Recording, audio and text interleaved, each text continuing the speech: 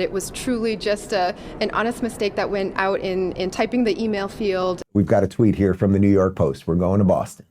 Boston Mayor Michelle Wu shows off photo from Electeds of Color holiday party after defending gathering. A special moment. So look at that table. The mayor of Boston, that woman right there, Michelle Wu, who appears to be Asian, and generally speaking, the woke mind virus is not too friendly to Asian people. There she is having a special gathering of people of color. If I said there's a whole table full of colored people there, people would say that that's racist. But they had a dinner and they said it's the Electeds of Color. Anyway, she has had a long history of doing this kind of nonsense. It's actually crazy that we haven't done more videos about this woman. But here she is defending her holiday party without white people.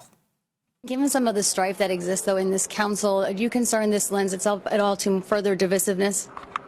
No, I mean, again, this is a group that has been in place for many, many years. We want to be a city where everyone's identity is embraced and that there are spaces and communities that we can help support. Oh, there are spaces and communities that we can help support. So we can look at a bunch of people by their skin color and say, don't eat with us. Don't come to this dinner party. That's what we used to call racism. You might know that back in the day, when we were having the civil rights movement, black people wanted to get into, say, white country clubs. And there was a bunch of white people that said, we want to have our own white spaces. And they were known as the racists back in the day. That's what you people would call the white supremacists of our day. If a bunch of white people wanted to have dinner with no colored people, as you call them, you'd call them racist. So it's racist whichever way it goes. But she continued. I think we've had individual conversations with everyone so people understand that it was truly just an honest mistake that went out in typing the email field, and I look forward to celebrating with everyone at the holiday parties that we will have besides this one as well. So it is my intention that we can, again, be a city that lives our values and create space for all kinds of communities to come together. She's saying everything and nothing at once, right? We should have parties for everybody. We had this party for the colors. We'll have some other parties for some other people. It was a typo. Like, these people are just absolutely worthless, and we have put them into the system. They're not worthless. They are useful idiots. She strikes me as a useful idiot. I don't know who is pulling the strings behind her. She doesn't seem particularly bright.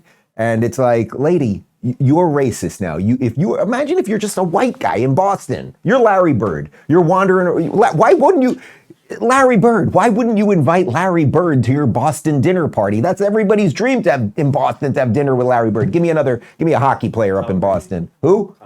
Tom Brady. Tom Brady. Tom Brady. Give me a couple more Boston white people. We got Larry Bird, Tom Brady. Bill Belichick. Do we have anyone not involved in sports in Boston? Oh, what about Ted Danson from Cheers? That was in Boston.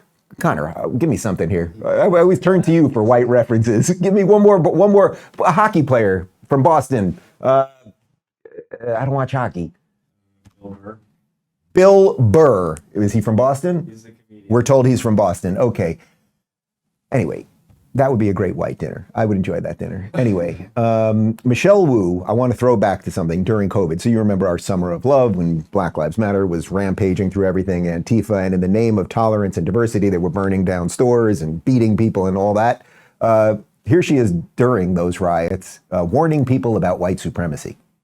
Across the Boston Police Department, the Transit Police, the State Police, the FBI, and all of our partners in law enforcement and public safety, there's constant communication about the impending actions of any known groups. We continue to monitor the situation and to work closely with community members. Most of all, we want to ensure that community members are empowered in communicating anything that you may see or hear or read about on social media to please err on the side of reaching out to local public safety officials so that we can have the most information at hand.